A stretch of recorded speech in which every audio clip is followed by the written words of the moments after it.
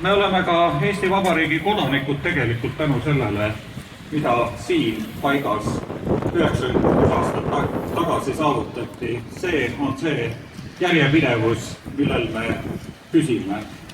Ja tõepoolest, Eesti oli tol ajal üksi. See oli noore diplomaatia väga suur saavutus. Ja see oli lausa hämmastav teojulgus, millega see rahuleping siin kohas saadi.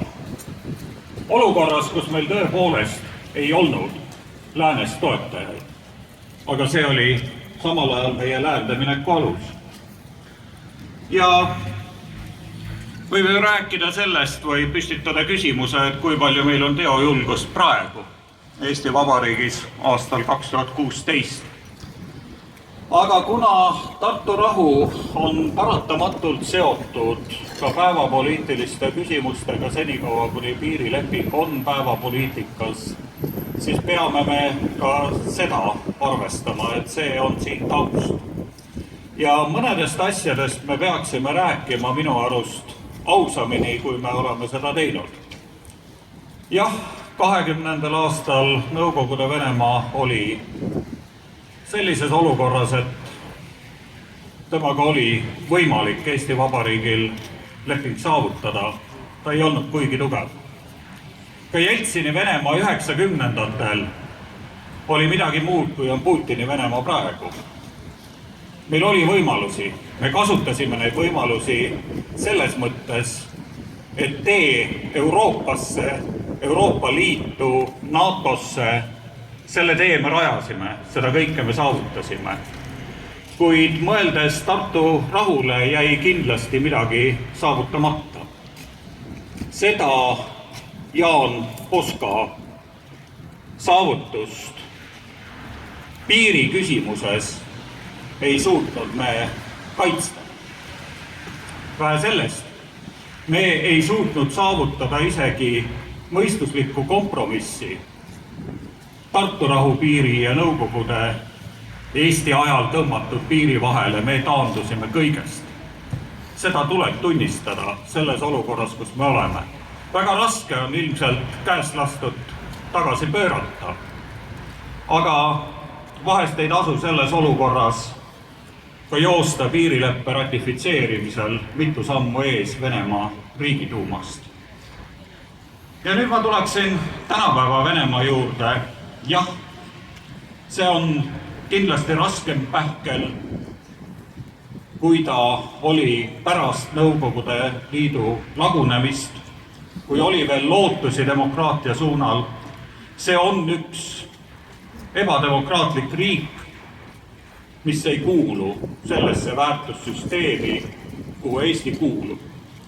Ja õieti jälgides maailma sündmusi on vist niiviisi, et tegelikult ei varjatagi seda kahjurõõmu, millega vaadatakse, kuidas Euroopa on sattunud silmitsi enneolematu pagulastulvaga. Sellele on lausa kaasa aidatud nii tegevusega Süürias kui tegevusega ÜRO Julgeolekunõukogus, mis ei ole võimaldanud leida lahendusi kõigepealt Liibüa, sealt edasi Süüria küsimustele. Seda kõike teeb tänapäeva Venemaa. Ja peale selle ma juhin tähelepanu, et otsitakse sidemeid Euroopa äärmuslastega, äärmusparempoolsete parteidega, et leida endale toetajaskonda nende meeleolude hulgast, mis praegu vastustavad kas või pagulasi teravalt. Samuti toimub mõjutustegevus erinevates rahvusparlamentides, et saavutada poliitikutelt leebemat suhtumist kas või sanktsioonidesse, mis Ukraina puhul on Venemaale kehtestatud. Ja on väga naiivne arvata, et see kõik ei toimu ka Eestis. See mõjutustegevus toimub ka meil endiselt ja endiselt külvatakse usaldamatust erinevat keelt kõnelevate inimeste vahel, kes siin on.